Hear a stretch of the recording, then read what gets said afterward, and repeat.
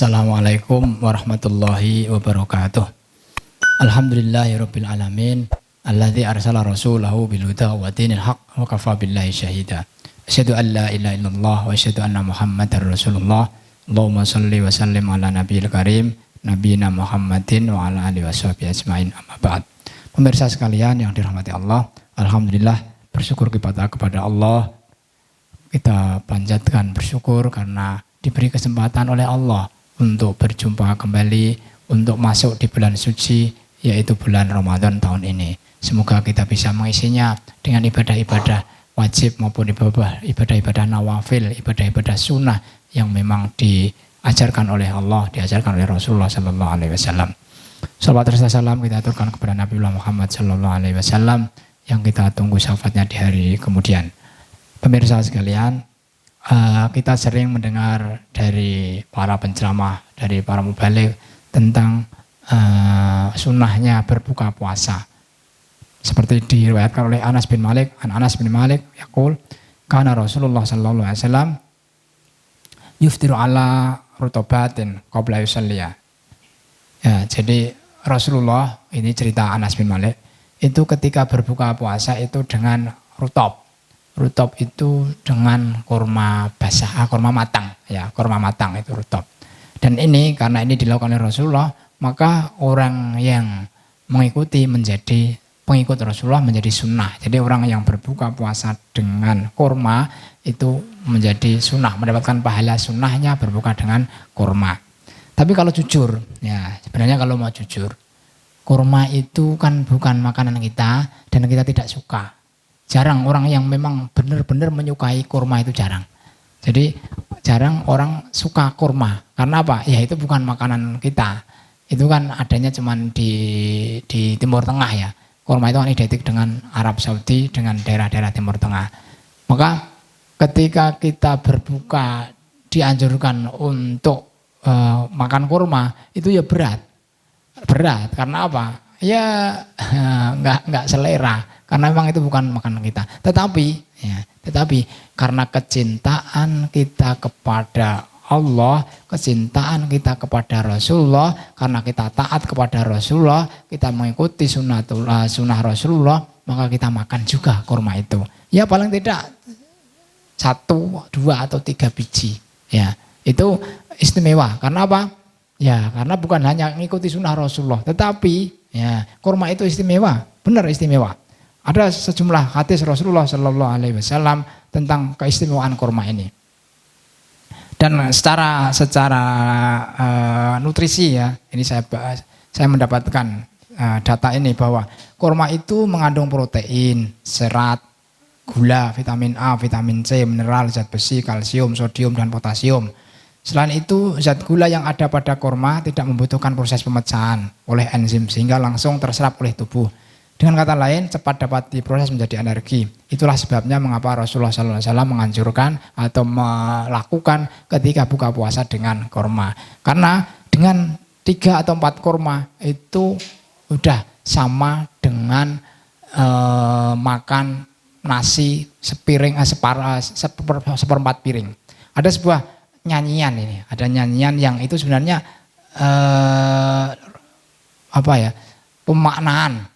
pemaknaan secara medis dari fadilah kurma. Ini dikarang oleh seorang dokter Pak Probo, dokter Probo, seorang dosen UGM dan beliau juga praktek dokter, spesialis manula. Jadi beliau itu spesialis tapi spesialis manula, mengurusi orang-orang manula. Itu membuat syair nyanyian tentang kurma. Ya, ini lagunya lagu dolanan. Bangun tidur itu dengan begini, minum zam-zam dan makan kurma, badan segar dan bertenaga, 12 cukup energi, sama dengan sepiring nasi. Itu hasil penelitian beliau begitu, disimpulkan dalam sebuah lagu ini. Ini memang lagu biasa dipakai untuk manasik haji. Untuk memotivasi para jamaah haji supaya biasa makan kurma, minum zam-zam, makan kurma. Karena apa? Karena ini ternyata dari sisi gizi, dari sisi nutrisi itu sepiring nasi komplit ya nasi, sayur, lauk itu sama dengan 12 kurma. Artinya kalau makan 4 kurma berarti kan seperti makan 1/4 nasi komplit. Nah, maka di sini kenapa Rasulullah itu melakukan buka puasa dengan kurma? Karena dengan makan kurma 3 biji saja tadi sudah hampir 1/4 nasi, 1/4 piring nasi, sehingga beliau bisa langsung fresh untuk beribadah sholat maghrib. Dan ini bisa kita lakukan. Meskipun saya katakan tadi bahwa kurma itu tidak kita sukai. Kenapa? Ya Anda bisa merasakan sendiri lah. Kurma itu kan ya tidak semaknyus semangka kan. Jadi kalau kita buka puasa semangka, melon, jeruk itu anyus, wah, seger. Coba kalau kurma itu nyetak-nyetak gimana. Tapi sebenarnya dari sisi energi itu tadi kurma itu luar biasa. Bahkan ini ada sebuah hadis Rasulullah SAW diceriwayatkan oleh Aisyah. Aisyah itu kan istri Rasul, istri Nabi. Beliau itu mengatakan begini, anak Aisyah qalat, inna kunna ala Muhammad namkutu sahron manastauqid binarin in huwa illal ma' wat tamar. Ini cerita Aisyah. Aisyah itu kan ibu rumah tangga, ya. Istri Rasulullah berarti kan ibu rumah tangga. Beliau bercerita bahwa kami pernah dalam 1 bulan itu dapur tidak pernah ngebul, tidak pernah menyalakan api untuk memasak. Tetapi in huwa illal ma' wat tamar, tetapi hanya ada mak, air dan kurma kering. Jadi 1 bulan bayangkan, 1 bulan tak pernah masak air, tak pernah masak nasi, tak pernah masak apa-apalah sayur dan lain sebagainya. Tapi beliau itu mengkonsumsi tamar. Tamar itu kurma kering dan air. Artinya apa? Ternyata ya segar bugar, baik-baik saja gitu. Beliau mengatakan begitu. Jadi 1 bulan tanpa menghidupkan kompor pun ternyata eksis dan nggak masalah gitu. Nggak masalah, artinya beliau itu melakukannya tidak masalah dalam keluarganya. Ini kan cerita Aisyah. Ada lagi sebuah hadis Rasulullah SAW dari Aisyah juga bahwa Nabi sallallahu alaihi wasallam qala, ini Nabi bersabda, la yaju ahlal baiti indahumut tamar. Sebuah keluarga tidak mungkin kelaparan kalau di rumah ada kurma. Jadi tidak akan kelaparan kalau di rumah ada kurma. Ya karena tadi kurma itu secara energi, secara nutrisi secara energi itu mencukupi. Nah sehingga tadi meskipun 1 bulan tidak menghidupkan kompor, tapi bisa eksis, bisa hidup. Karena memang sabda Nabi tidak akan seseorang itu kelaparan kalau dia ada kurma. Kemudian yang pernah saya sampaikan, ternyata kurma itu adalah makanan yang bagus untuk ibu yang baru saja dalam persalinan. Jadi habis melahirkan. Karena ini pernah dilakukan oleh Maryam, ya. Maryam yang diabadikan oleh Allah dalam surat Maryam ayat 24-25. Allah berfirman, a'udzubillahi minasyaitonirrajim, fanada min tahtiha alla tahzani qad ja'ala rabbuki tahtaki sariyya wa huzzi ilaiki bijidin nakhlati tusaqit alaiki rutoban janiyya. Maka Jibril berseru kepadanya dari tempat yang rendah, janganlah engkau bersedih hati, sesungguhnya Tuhanmu telah menjadikan anak sungai di bawahmu. Kemudian goyangkanlah itu pohon kurma, wa huzzi ilaiki bijidin nakhlah. Jadi pohon kurma itu goyangkan, maka akan berguguranlah kurma-kurma matang, rutop, ya, yang bisa kau konsumsi, bisa kau makan. Dan memang setelah itu Maryam setelah persalinan, setelah melahirkan Isa alaihissalam, terus kemudian makan kurma dan menjadi fresh. Maka di sini ya ini kurma bisa untuk terapi, bisa untuk nutrisi setelah melahirkan. Mungkin istri Anda atau Anda sendiri yang ingin melahirkan, sediakan kurma. Mumpung di bulan Ramadan ini banyak beredar kurma, banyak dijual kurma, berbagai macam jenis kurma. Kemudian sahur, ya. Sahur itu juga baiknya pakai kurma. Ya kita memang tidak biasa ya. Bagaimana mungkin sahur cuma makan kurma? Ya taruhlah umpamanya tidak hanya kurma. Ya setelah nasi terus makan kurma, oh, itu mantap. Dan itu biasa saya lakukan. Jadi setiap buka itu pakai kurma ya beberapa, ya mungkin 1-3 biji, baru yang lain ya. Tidak ya karena memang kelas kita itu ya masih kelas lapar ya. Kalau pertimbangan Rasulullah kan energi cukup jalan ya. Pertimbangan kita ya kurma 3 itu ya sudah fresh tapi masih lapar. Makanya yang lain. Begitu juga sahur juga begitu. An Abi Hurairah dari Abu Hurairah. Nabi sallallahu alaihi wasallam nikmat sahur at-tamar. Ya, Rasulullah itu bersabda bahwa nikmatnya sahur itu kalau pakai tamar, pakai kurma. Maka ya kalau Anda kuat lapar itu enggak masalah. Jadi makan kurma 12, nah itu kan sudah sama dengan sepiring nasi itu. Ya, itu udah fresh. Dan itu bisa. Saya punya teman aktivis juga begitu. Dia cerita, selama bulan Ramadan beberapa tahun yang lalu, beliau tidak pernah sahur kecuali kurma. Dan ternyata luar biasa, tetap energik, tetap fresh. Nah, jadi kalau Anda ingin coba silakan. Tapi kalaupun tidak, ya ternyata sesuai dengan sabda Nabi ini, nikmat sahur at-tamar. Nikmat sahur yang paling nikmat itu adalah pakai kurma. Maka setelah makan, ya makanlah beberapa biji kurma. Sediakan di rumah Anda kurma. Karena apa? Ya ini ketika apalagi musim lockdown seperti ini ya. Musim lockdown mandiri yang banyak di rumah. Itu kalau nanti ada kurma, ya kebetulan terus nggak sempat ke pasar, nggak sempat belanja apa-apa, Anda tidak akan pernah kelaparan. Ya. Apalagi kalau kita ketemu dengan kurma yang istimewa yang namanya kurma ajwa. Ya, kurma ajwa ini memang memiliki yang istimewa, keistimewaan kurma ajwa. Yang biasa orang jamaah haji itu menyebut kurma Nabi. Ya, kurma Nabi menyebut kurma Nabi. Sebenarnya begini, ada sejarah kenapa orang menyebut kurma ajwa. Suatu saat Rasulullah SAW bertandang ke rumahnya seorang sahabat yang namanya Salman Al-Farisi. Salman Al-Farisi, beliau itu sahabat Nabi yang aslinya orang Persia. Persia itu sekarang Iran. Nah, saat itu Rasulullah dikasih wakaf Salman Al-Farisi sebidang kebun. Jadi Salman Al-Farisi punya kebun, diwakafkan untuk keperluan masjid, ya, keperluan masjid di Kuba. Jadi masjid di Kuba. Bukan masjid Kuba, tapi sebuah masjid di daerah Kuba. Kuba itu kan daerah.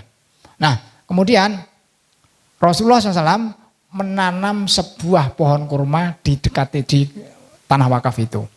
Nah, ternyata pohon kurma yang ditanam oleh Rasulullah itu ternyata subur, kemudian berbuah lebat, dan kemudian dikasih nama, salah satu nama anaknya Salman Al-Farisi yang namanya Ajwa.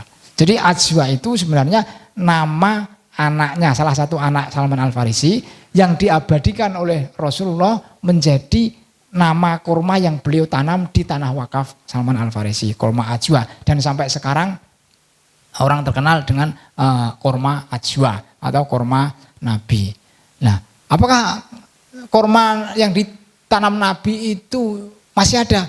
Ya tentu sudah tidak ada. Kan kita sudah 1440 tahun setelah Nabi. Ya kurma yang ditanam Nabi sudah hilang. Tapi jenis kurma seperti yang ditanam Nabi itu masih banyak, yaitu kurma ajwa itu. Nah, kurma ajwa ini apalagi? Kurma ajwa ini memiliki banyak istimewa. Istimewanya apa? Umumnya bisa membuang racun dan sihir. Sebagaimana sabda Nabi dari Amir bin Sa'ad an Abi qala Rasulullah sallallahu alaihi wasallam man tasabbaha kulla yaumin sab'ata marat ajwah lam yadurru fi dzalikal yaumi sammun wala sihrun.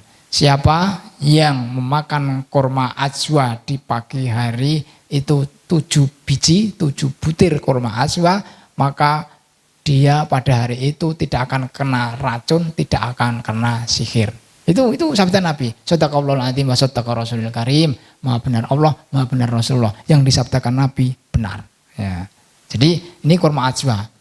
Nah, ada lagi keistimewaan ajwa yang tumbuh di dataran tinggi. Jadi ajwa itu ternyata berlevel-level bermacam-macam. Ada ajwa yang ada di dataran rendah, ada yang di dataran tinggi. Sabda Nabi juga, an Aisyah anna Rasulullah sallallahu alaihi wasallam qala inna fi aswal aliyah sifaan au inha tiryakun awalal bakrah. Dari Aisyah radhiyallahu anha bahwa Rasulullah SAW bersabda, sesungguhnya kurma ajwa yang ditanam di dataran tinggi itu mengandung obat karena kurma ajwa seperti itu terkena sinar matahari di awal pagi. Jadi ternyata awal pagi sinar matahari itu mempengaruhi jenis kurma ajwa yang di dataran tinggi, karena dataran tinggi tentu dia kena sinar matahari lebih awal. Nah, ketika matahari terbit, dan itu ternyata mempunyai keistimewaan yang lebih luar biasa dari kurma ajwa yang di dataran rendah. Dan ini ternyata juga ada di kita kan. Nah, kenapa kelapa hijau itu punya khasiat yang berbeda dengan kelapa yang lain?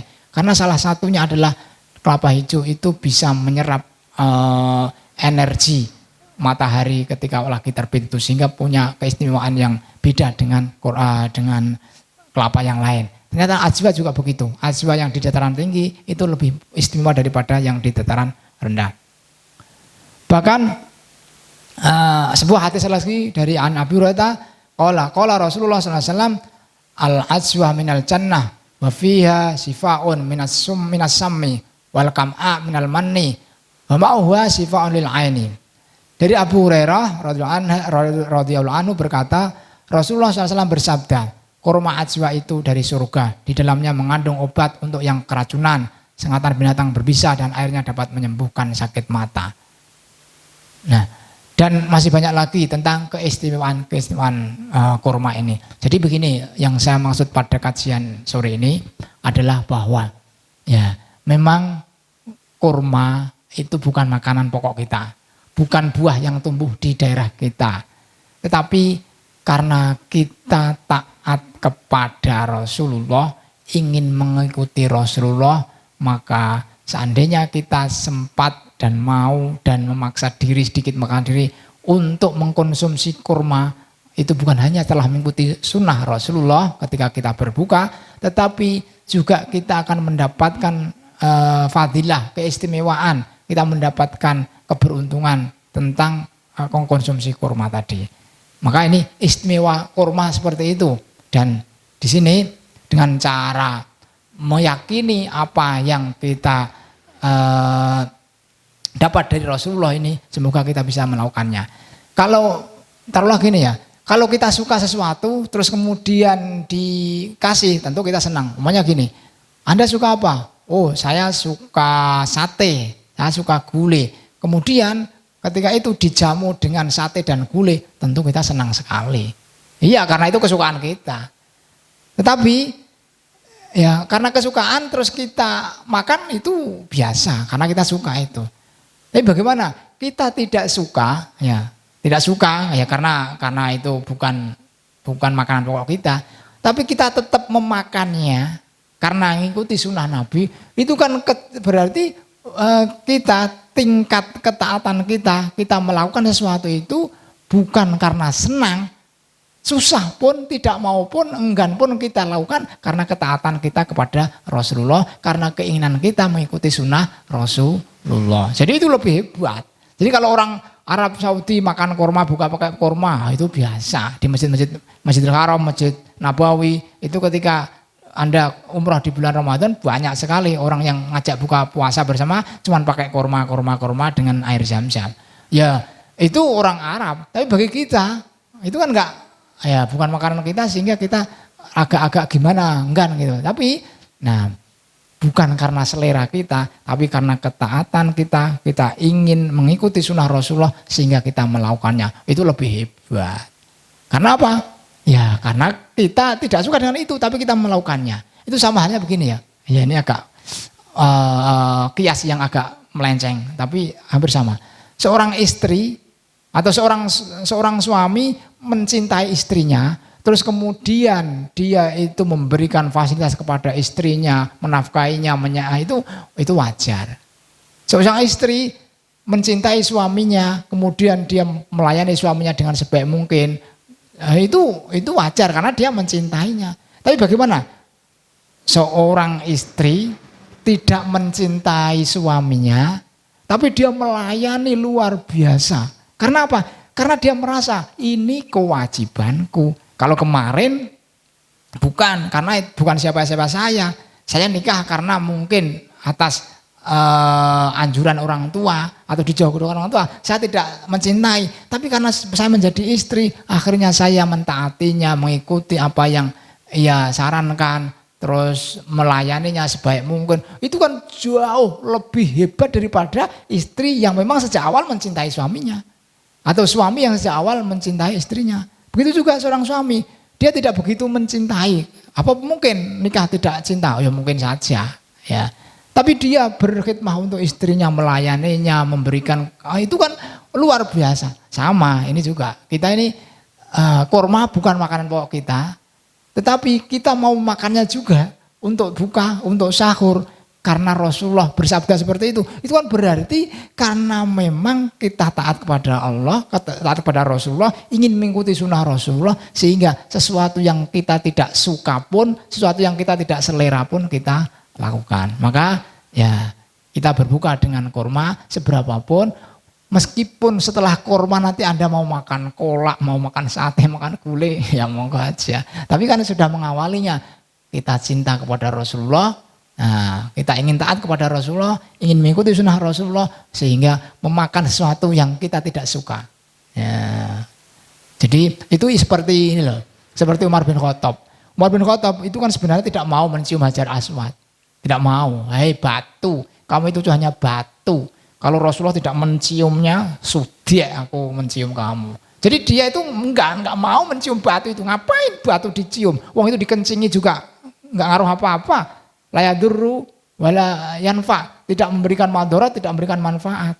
Tapi karena Rasulullah menciummu, ya saya ikut gitu. Jadi karena cintanya kepada Rasulullah, karena ingin ikut sunnahnya Rasulullah, Umar bin Khattab mau mencium batu itu. Sama seperti itu. Sehingga orang sampai sekarang berebut untuk mencium batu itu bukan karena cinta kepada batu, ngapain batu dicium ya. Ngapain berdesak-desakan, tapi karena ingin sunnah Rasulullah sehingga berebut juga mencium batu itu. Sama, ini kita.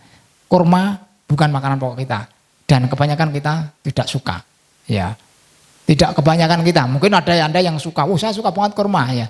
Tapi kalau jujur, kebanyakan tidak suka. Ya lebih fresh, lebih maknyus buah-buah tropik kita, buah-buah kita sendiri. Ada durian, ada semangka, ada melon. Kita lebih suka itu kalau jujur. Tapi kita juga makan kurma yang kita tidak suka karena mengikuti sunnah Nabi, itu luar biasa. Semoga kita bisa melakukannya di bulan Ramadan ini karena mengikuti sunnah-sunnah Rasulullah. Salah satunya adalah sunnah berbuka puasa dengan kurma. Demikian, semoga bermanfaat. Aku qouli hadza fastaghfirullahaladzim. Wassalamualaikum warahmatullahi wabarakatuh.